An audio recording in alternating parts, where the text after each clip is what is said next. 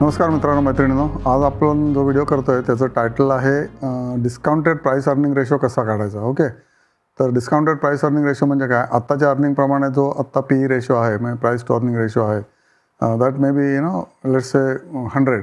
Okay, for example. पण या कंपनीचे जो प्रॉफिटेबिलिटी प्रचंड वेगाने वाढत असली, म्हणजे 15 ते 20% CAGR प्रमाणे वाढत असली, तर 2030ला ह्याचाच प्राइस अर्निंग रेशो 100च्या ऐवजी it can come to maybe 20-25 depending on the what's profitability is increasing year on year up to 2030. Okay, कळलं ना तुम्हाला. डिस्काउंटेड प्राइस अर्निंग रेशो म्हणजे लोक पुढचे 5 वर्षात काय होणार आहे ते बघतात, आणि पुढच्या 5 वर्षात काय होणार आहे, तर प्रॉफिट जर वाढणार असतील तर आत्ता जरी महाग वाटत असला शेअर, की पी जरी 100 असला किंवा 60-70 असला तरी लोक घेतात, इन्व्हेस्टर्स घेतात, कारण त्यांना माहिती आहे की ते डिस्काउंटेड प्राइस अर्निंग रेशो त्याचा फक्त 10 किंवा 15 असेल किंवा 5 असेल किंवा 1 असेल. सरप्रायझिंग वाटतं ना तुम्हाला, पण हो, काही कंपन्यांचा डिस्काउंटेड प्राइस अर्निंग रेशो त्यांच्या प्रॉफिटेबिलिटीच्या स्पीडप्रमाणे आत्ता जर 20-25 असेल तर 2030ला फक्त 1, 2 किंवा 3 असू शकतो. म्हणजे शेअर 2030ला तुम्हाला खूप स्वस्त वाटतील, तर ते आत्ताच घेऊन ठेवलं तर काय प्रॉब्लेम आहे ना. असेच जो इन्व्हेस्टर असतो, स्टडीड इन्व्हेस्टर, तशाप्रमाणे शेअरचं सिलेक्शन करत असतो, आणि त्याची आपण एक्सेल फाईल तयार केली. तर त्या एक्सेल फाईलमध्ये आपण सॅम्पलसाठी काही शेअर्स घेतलेले, सगळेच चांगले शेअर्स आहेत. तर ते कसे काय डिस्काउंटेड प्राइस अर्निंग रेशो त्याचा कमी जास्त होईल ते आपण आता बघूया. ओके, तर बघा, ही जी फाईल तुम्हाला दाखवते आत्ता, BASF. ओके, ही पहिली आहे याच्यामध्ये शेअर, आणि ह्याचा PE रेशो बघा आत्ता 47 आहे, आणि गोईंग फॉरवर्ड त्याचे नेट प्रॉफिट कसे वाढलेत बघा. 14ला 194 होता, 2020ला 10 कोटीच होता फक्त नेट प्रॉफिट, त्यानंतर 21ला 840, मग परत 760, आणि नंतर आता 2025ला 670.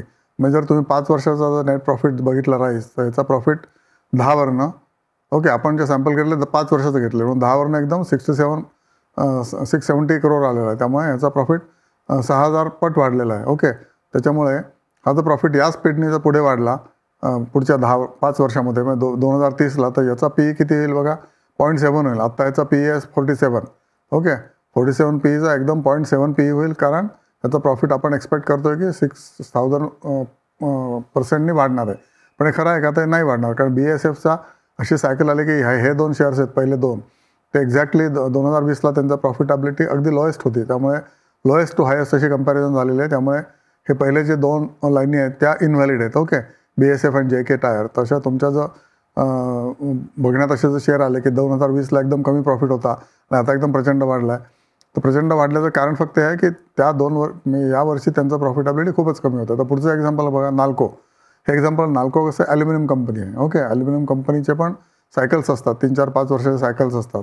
त्याचा प्रॉफिट 2014ला 2000 कोटी होता, त्यानंतर 224 कोटी झाला फक्त 6 वर्षामध्ये, आणि त्याच्यानंतर परत वाढत परत आता 7000 कोटी झाला. ओके, 2025ला, कारण ॲल्युमिनियमची सायकल सध्या खूप स्ट्रॉंग आहे, म्हणून 224 कोटीपासून 7000 कोटी प्रॉफिट, म्हणजे 3000 टाईम्स याचा प्रॉफिट वाढलेला आहे.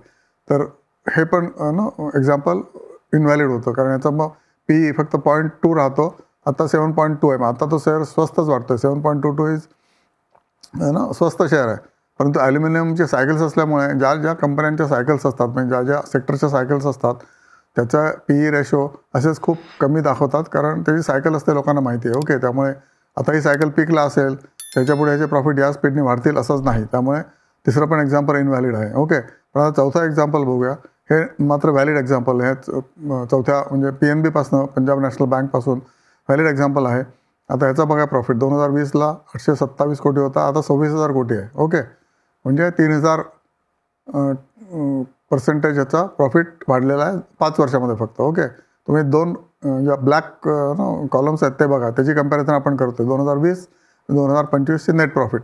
ओके, आणि हे पर्सेंटेज 5 वर्षामध्ये राईज झालेलं आहे. ओके, ह्या रिझन पर्सेंटेजमुळे ह्याचे P/E विथ रिस्पेक्ट टू आता PNBचं बघितलं तर 7.7 आत्ता आहे P/E रेशो, तो आता फक्त 0.2 होईल. म्हणजे हा शेअर घेण्यामध्ये डेफिनेटली काहीतरी मिनिंग आहे. ओके, कारण PNBचं आता NPA संपलेले आहेत, गोईंग फॉरवर्ड ह्याची प्रॉफिटेबिलिटी वाढतच जाणार आहे. May not be at this speed, may be little less, पण तरीसुद्धा हा शेअर आत्ता घेण्यासारखा आहे. Whatever the price is, may be 120-130 काय जी असेल ती, कारण P/E 0.2 म्हणजे अनबिलिव्हेबल आहे, राईट. PNB सारख्या दिग्गज बँकेला, स्टेट बँकेनंतर नंबर 2 बँक आपली PNB आहे पब्लिक सेक्टरमध्ये. पुढचं एक्झाम्पल बघूया तर ग्राफाईट इंडिया. ह्याची पण सायकल्स असतात. 19 कोटी होती, त्यामुळे हे पण ना invalid example, forget about it. पुढचं जे एक्झाम्पल आहे शक्ती पंप, हे मात्र व्हॅलिड एक्झाम्पल आहे, कारण सोलर पंप्स ही कंपनी बनवते. आणि त्यावेळेला कुसुम योजना वगैरे आलेली नव्हती. आता कुसुम योजना आली आहे, त्यामुळे यांचे प्रॉफिट बघा धडाधड वाढलेले आहेत. 100 कोटी, मग 200 कोटी, मग 500 कोटी. सेम प्रपोर्शनमध्ये प्रॉफिट वाढतील का, तर पॉसिबिलिटी खूप जास्त आहे. आणि त्याचा पी तेव्हा किती असणार आहे, तर आता 24.5 पी आहे याचा शक्ती पंपचा. सोलर पंप बनवणारी कंपनी, आणि सोलरचं सगळं साहित्य बनवते, फक्त पंप नाही. इन्व्हर्टर बनवते, पॅनल्स बनवते, मॉड्यूल्स बनवते, ऑब्वियसली इक्विपमेंट जी काय इन्स्टॉलेशन इक्विपमेंट लागते ते पण बनवते. याचा सगळा पब्लिक सेक्टर आणि म्हणजे स्टेट गव्हर्नमेंटचा धंदा आहे. क्रेडिटवर चालतो हा धंदा, पण पैसे मिळतात त्याला, no problem about that. Money coming in. पण हा क्रेडिटचा धंदा आहे. तर ह्याचा पण पी बघा 24वरून एकदम 1 पी वाढेल. म्हणजे आत्ता जो काय शेअरचा भाव आहे 800 रुपये, तो बऱ्याच एक्सपिरियन्स लोक म्हणतात की अजूनही स्वस्ताच आहे तो. ओके, कारण ह्याचे प्रॉफिटेबिलिटी ग्रोथ ब्रेकनेक स्पीडने होते. ओके, बघा 2021ला 100 कोटी होता, तो 500 म्हणजे 6 टाइम्स झालेला आहे. आणि 2020पासून बघितला तर ऑब्वियसली तो खूपच जास्त वाढलेला आहे. ओके, नंतर पुढचा BSE फेवरेट स्टॉक. ओके, ह्याची पण प्रॉफिटेबिलिटी आता जी आहे ती 1000 पट वाढली, 100,000 टाइम्स वाढलेली आहे.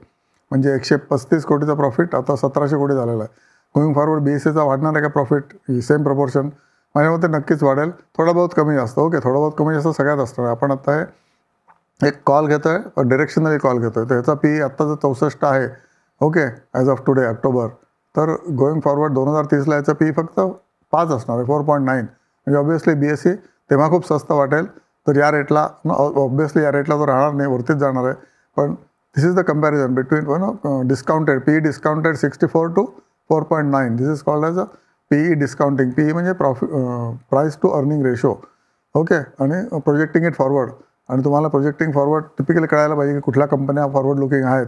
त्याच्यापैकी तुम्हाला सांगितलं PNB डेफिनेटली फॉरवर्ड लुकिंग आहे, विश्वास ठेवण्यासारखी आहे. शक्ती पंप विश्वास ठेवण्यासारखी आहे. BSE विश्वास ठेवण्यासारखी आहे. साऊथ इंडियन बँक ही पण विश्वास ठेवण्यासारखी आहे कंपनी. आत्ता P/E 7.2 आहे. गोईंग फॉरवर्ड 2030ला याचा P/E फक्त 0.6 असणार आहे, कारण याचाही प्रॉफिटेबिलिटीमध्ये 1000% जम्प झालेली आहे. ओके, बघा 150 कोटीवरनं 1700 कोटी प्रॉफिट डिक्लेअर केला आहे, तरी नेट प्रॉफिट. ओके, त्यानंतर महिंद्रा अँड महिंद्रा, आता सगळ्यांचा लाडका शेअर आहे. आता P/E 33 आहे. ओके, पण ह्याची P/E सेम प्रपोर्शनचा प्रॉफिट वाढला तर 3 असणार आहे फक्त 2030ला. ओके, पुढचे 5 वर्षाचं आपण प्रेडिक्शन करतो आहे based on DNA of that company. Okay, त्याच्यानंतर बघितलं तुम्ही तर खाली आलात तर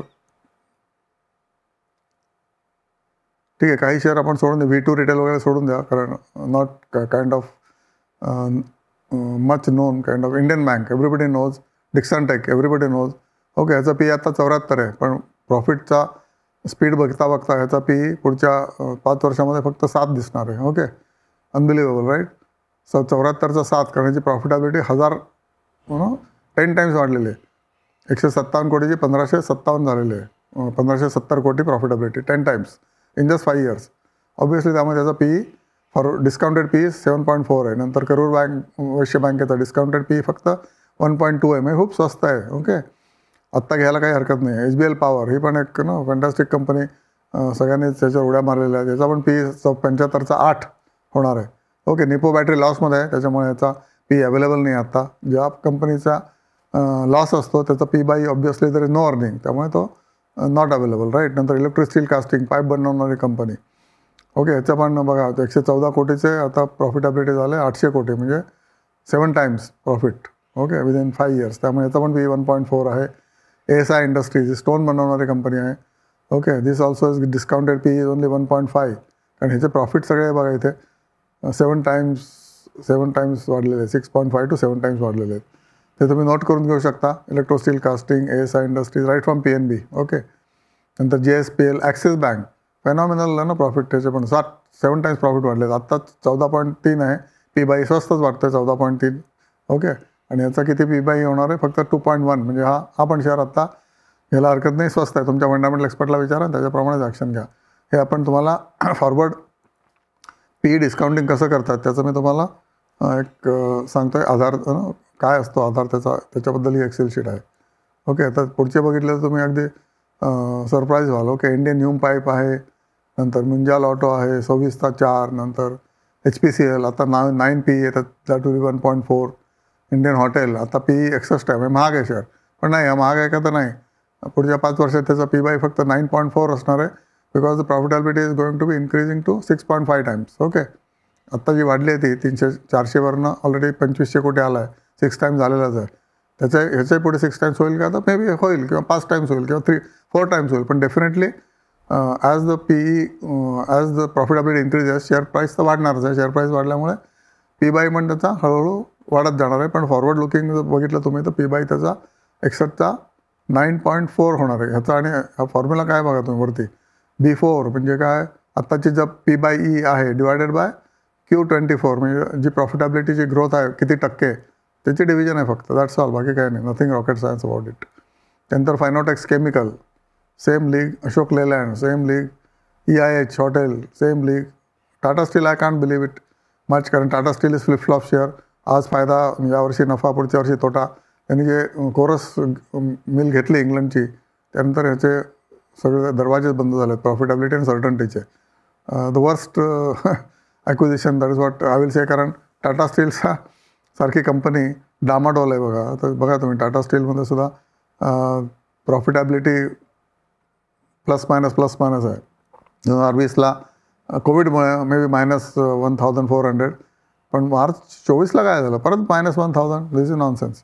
नंतर ॲफल इंडिया बघा, पुढचा शेअर. ॲफल इंडियाची पण PE रेशो 66 आहे, तो 11 होणार आहे पुढच्या 5 वर्षामध्ये. इंडोकाउंट इंडस्ट्री टेक्सटाईल, ओके, ह्याचा पण PE भरपूर स्वस्त होणार आहे. सगळ्यात स्वस्त होणार आहे ABB बघा. ABB MNC कंपनी आहे, ओके, आणि ह्याचा पण P/E रेशो आत्ता 61 आहे, तो पुढच्या 5 वर्षात फक्त 10.5 असणार आहे. Union bank, phenomenal bank, okay, story, ह्याचा पण प्रॉफिटेबिलिटी ट्रेमेंडस वाढलेली आहे. आणि ऑब्व्हियसली ह्याचा पण PE मे बी 1 असेल. TTK हेल्थ केअर तुम्हाला माहिती आहे. IRB infra I don't trust much, कारण ह्याची प्रॉब्लेम्स चालू असतात मधनं.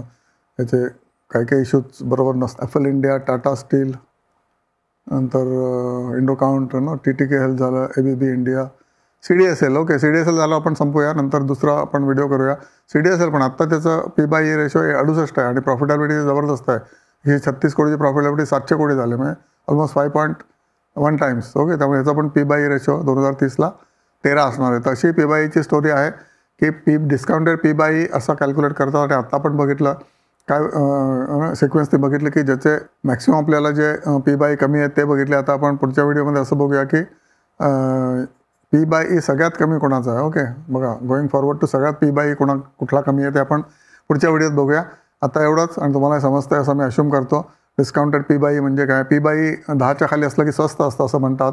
ओके, पण आता काही P/E आता 60-70च्या सुमारास आहेत, 60-70, पण ते पुढच्या 5 वर्षामध्ये 10च्या खाली येऊ शकतं. त्यामुळे ते शेअर आत्ता जर घेतले तर पुढच्या 5 वर्षांनी ते स्वस्तच असणार आहेत. त्याच्यामुळे डिस्काउंटेड P/E रेशो हा कन्सेप्ट तुम्हाला समजला असेल असं मी अश्यूम करतो. आणि बघा तुम्हाला पटतंय का, त्याप्रमाणे ॲक्शन घ्या. चॅनल बघत राहा, शिकत राहा. शिकल्यानंतरच तुम्हाला जास्त लक्ष्मीची कृपा होईल. सरस्वती आणि लक्ष्मीचे दोन्हीची तुम्ही भक्ती केली तरच तुम्हाला श्रीमंती मिळेल, आणि योग्य मार्गाने श्रीमंती मिळेल. आणि चॅनल बघत राहा, सबस्क्राईब करा, फॉरवर्ड करा आणि लाईक करा. Thank you so much.